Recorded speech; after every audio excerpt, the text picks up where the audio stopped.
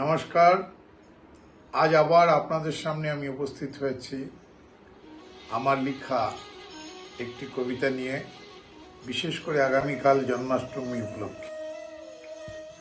চূড়ামণি ভালেতে শোভিছে যার ময়ূরের পুচ্ছ, গলেতেও গাথামালা হেরি একগুচ্ছ। কোটিতে কিঙ্কিনি শোভিছে সুন্দর, পায়েতে নূপুর দেখি অতি মনোহর।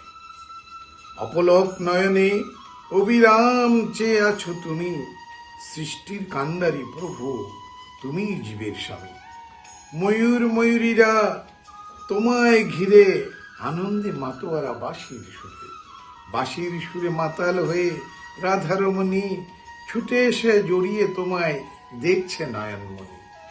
এ ভুবন ব্যাপী ছড়ায় আছে মহিমা তোমার, জীবের কি সাধন আছে তোমাকে জানা।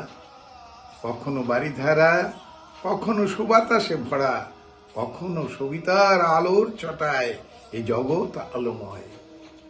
ছয় রিপুতেই সাজায় রেখেছ এ বসুন্ধরা, ধনধান্যে ফুল ফলে পরিপূর্ণ এই ভূমি, সবই তোমার ইশারা। তোমার খেলা ঘরে রইবে না কেহ চিরতরে, এ কেমন খেলা শুধু আসা যাওয়া। কেমন রচেছ এই ব্রহ্মাণ্ডরে, জীবে সৃষ্টি করো ক্ষণিকের তরে, তারই মাঝে নিহাত কেহ তোমায় চিনিতে পারে। তুমি যে সদাশয় নাহি সংশয়, জীবের তরে সবই রচেছ একে বিস্ময়।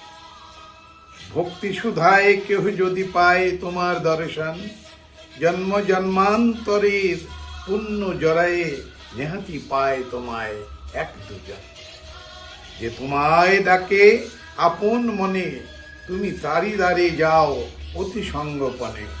দুঃখ দারিদ্র সবই তরায়ে, মহা আনন্দে রাখো তারে সুখের ভান্ডারে। তুমি যে দয়ার সাগর, কেনা তোমায় জানে, দুহাত বাড়ায়ে আশিস করো যদি কৃপা হয় এই অধমে। নমস্কার। আমার এই কবিতাটি আজ জন্মাষ্টমী উপলক্ষে লেখা। যদি আপনাদের ভালো লেগে থাকে তাহলে লাইক করবেন, কমেন্ট করবেন এবং সাবস্ক্রাইব করবেন। নমস্কার।